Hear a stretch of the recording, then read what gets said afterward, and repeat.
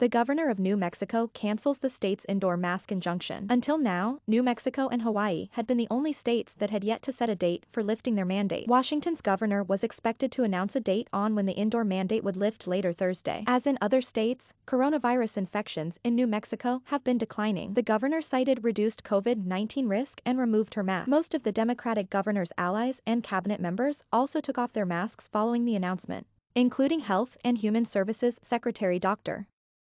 David Scrase. Scrase said later that masks would still be required at hospitals and congregate care settings such as nursing homes. In August, the governor reinstated New Mexico's mask mandate. At the time, she cited stagnant vaccination rates and an increase in infection. She also required more people to get vaccinated, including workers at hospitals, nursing homes, and other places that the state deemed as high risk. It wasn't immediately clear if Lujan Grisham planned any other changes to the state's current public health order, which will expire in early March. More news. Paraeducator/city rep asks if voting on school budget a conflict. Stamford, Bartlett Arboretum planned to offer food waste recycling. The governor, who is up for re-election in November, had been facing increasing pressure to reconsider the mask mandate for public spaces after several more states moved to lift their requirements. Earlier this month, most popular two deadly Connecticut highway crashes go unnoticed for hours, records show. Southport man saves neighbor's house by moving it to his property. Prosecutor, teen, 14, pleads guilty to Stamford home invasion homicide. Norwalk police, Stamford woman charged with identity theft, forgery. Danbury College student, 20, who died at Pace University was the leader of young men, dad said. Long COVID fatigue may not be a heart or lung problem, Yale doctors say. Stamford EMS names new chief, assistant chief. 25 best new restaurants for 2022. Here are Connecticut Magazine's experts' picks for the 25 best restaurants